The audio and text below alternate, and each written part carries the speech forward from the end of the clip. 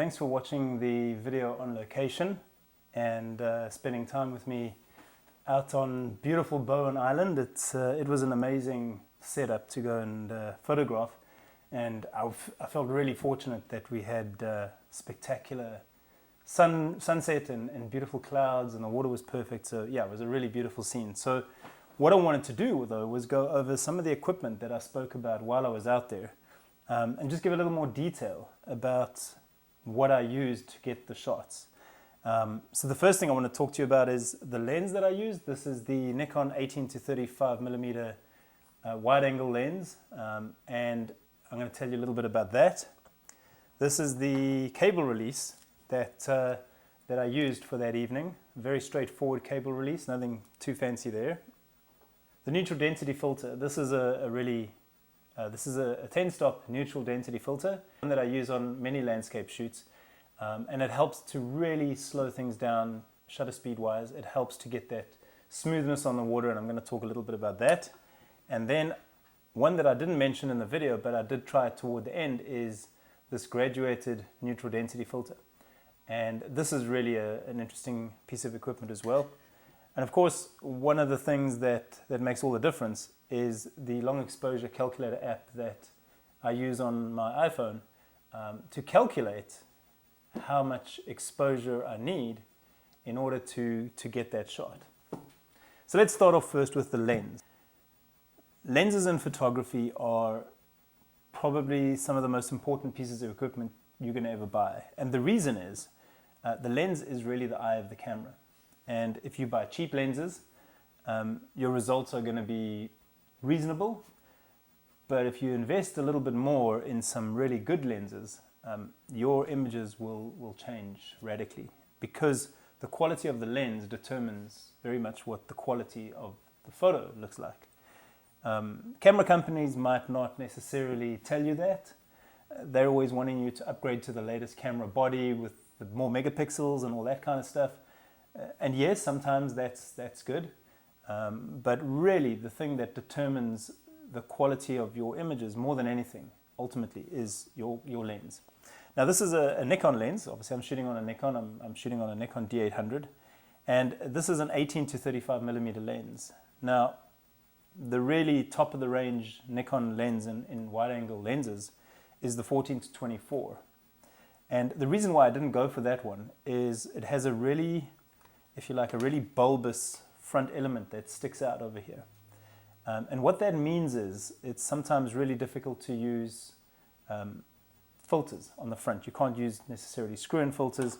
You then have to get a whole bunch of filter holders and bigger filters to actually cover the lens. Now, that would be fine, except that it's an expense that I'm not always sure that is necessary. So I went for this lens, the 18 to 35, and the reason I went for this one is a lot of the reviews said that this lens had one of the sharpest results out of any of the wide-angle lenses, and I've been extremely happy with it. It's a very good lens. It's fairly lightweight. It's fairly small. It's not a very big chunky lens. It has obviously the cover guard there, and if you look at it, it's a pretty straightforward lens. And what I have on here is the UV filter, but what I do have here, because I have the neutral density filter, I can just screw that neutral density filter straight onto the front element of the lens. This is a 77 millimeter element. I just screw it in there, and that is what you saw that night. So now it looks really super dark. So very simple to use, very straightforward lens, really, nothing too fancy about it, but it's a really useful lens because I use it on a lot of landscape stuff, and it goes up to 35 millimeters, so you've got a very solid 35 millimeter lens as well. You could use it for portrait photography. I've used it in weddings. Very good lens, and I'm very happy with the results. So that's your lens.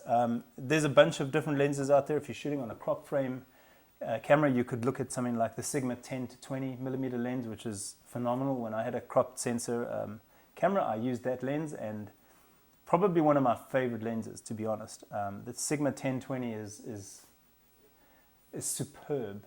It has sharpness, edge to edge, very little distortion. It's a great all-rounder. I do a lot of hotels and venue photography and that sort of stuff, and it's really, really useful in those sort of wide angle shots.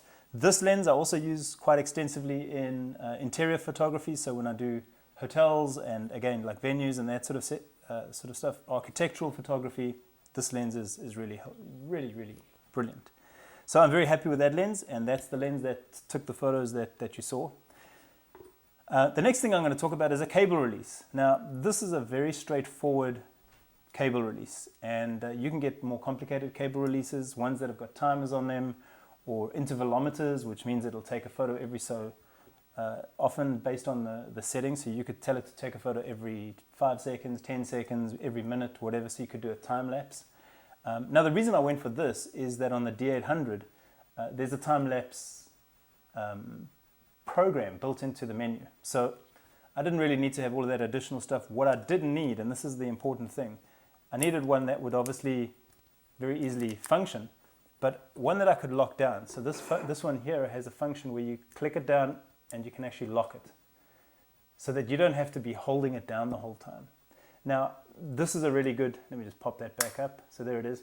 So when it's done, you just pop it back up and release it, and then the shutter releases at the same time. So this is a very, very basic cable release. Sometimes basic is better. There's less to go wrong with this, so I kind of really like this, especially having it out in the field. There's no batteries or anything to worry about. I can just literally plug it in and it works. The reason why you want a cable release, there's a few reasons. One is it takes your hands away from the camera. So that's when I was saying in the video, you know, you're shooting hands-free. Effectively, your hands are not touching the camera body. And that's for me really important, because that way you're not going to introduce any vibration or shake or blur or anything like that. The other reason is that you can actually have the other hand free to use a timer, which I'm going to talk about a little bit later on the app that I used to time the shot. You can set your camera up, as you know, to 30 seconds, and you just hit that, and obviously shutter will stay open for 30 seconds. Once you go longer than that, once you go into bulb mode, you then are going to have to time it. So you're going to have one hand locked down on the shutter release, on the cable release at least, and then on the other hand, you're going to be timing it maybe on your stopwatch on your iPhone or your smartphone.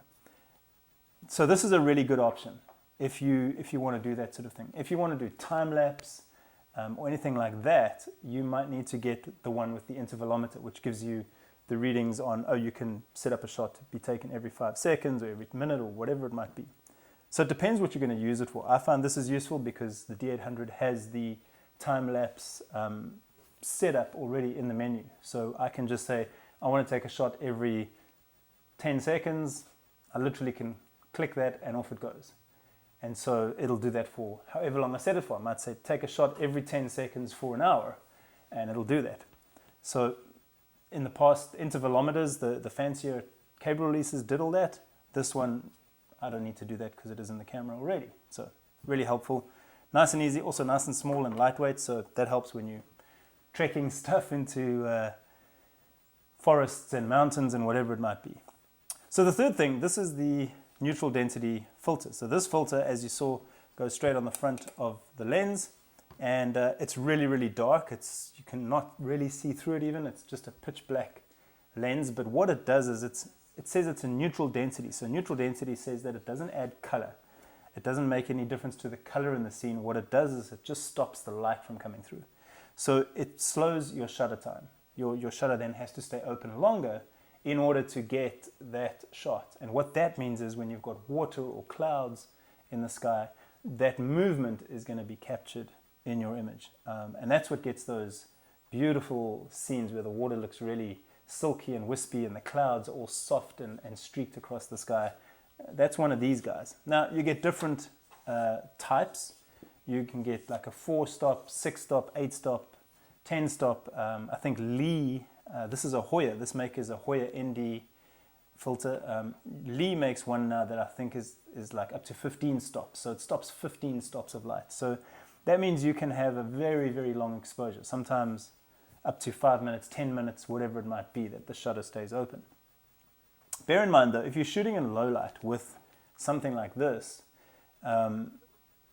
if the light is starting to fade, you really need to watch your timing. You might need to be aware that your image might come out a little dark. Now, some of the first shots that I did on that night weren't bad, but as the sun started to set, it started to get really dark. So I pulled this off actually and stopped shooting with that, and I started using this. Now, this is a neutral density graduated filter. You can see the top half of it is darker, and then the bottom half is clear. And what you do is that slides over the lens over here like this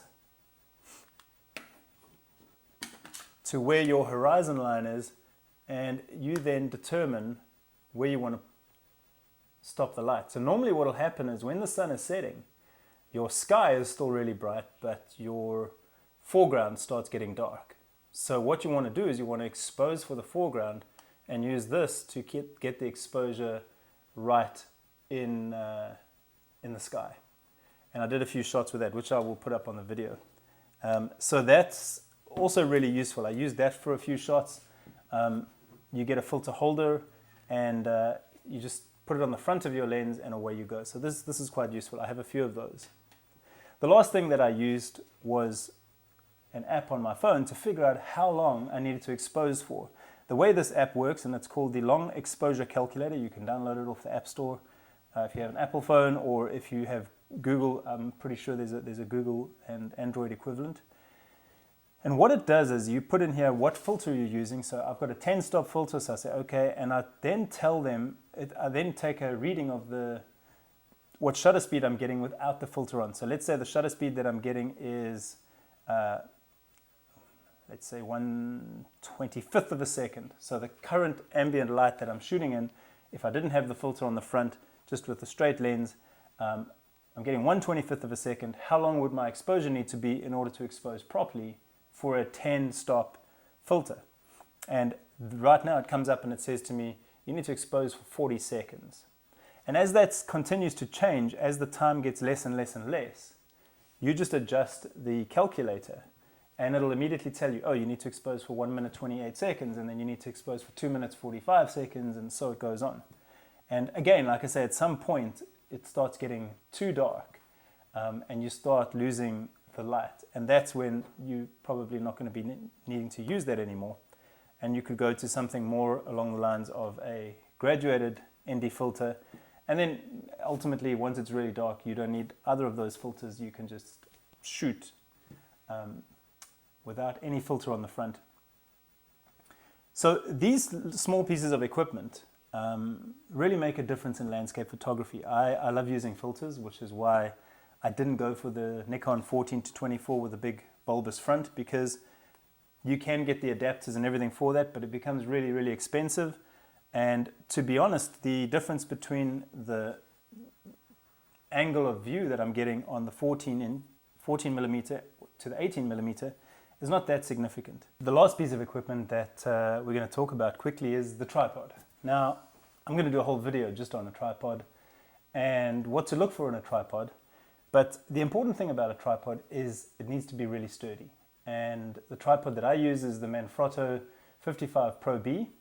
But there's a lot of really good tripods out there. The important part, like I say, is that tripod has to be really sturdy, and your camera has to be sturdy on that tripod. Don't fall for the trick of buying a cheap tripod. Remember, if you spent $1,000 on your camera and you put it on a $50 tripod, that's maybe not the best solution.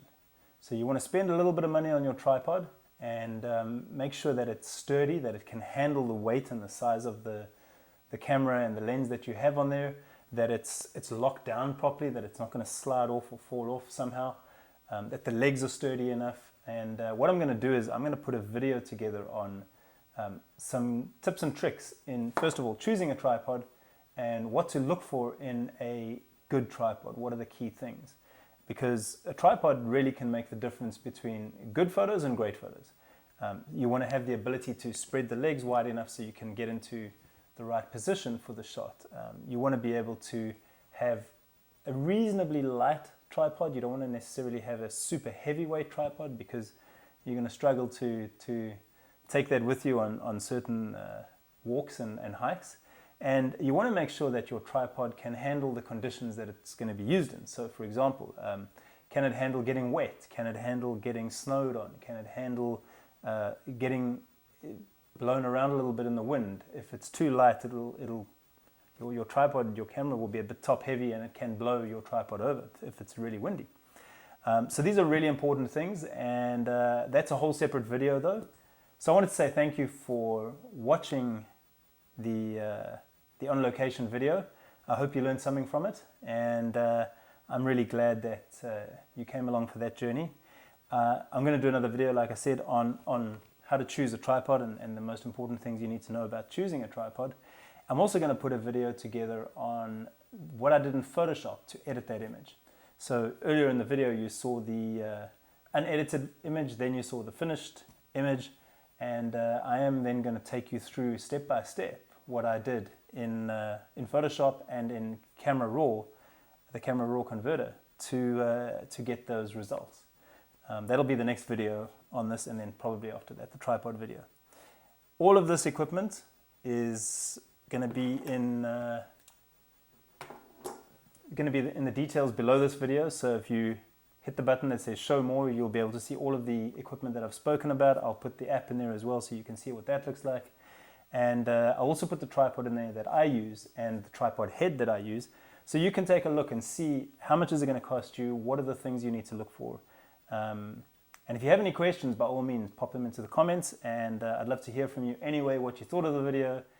So thanks again for joining me. I really appreciate it. I am looking forward to the next video, and looking forward to your comments as well, and would love to hear your questions and comments about your experiences in landscape photography.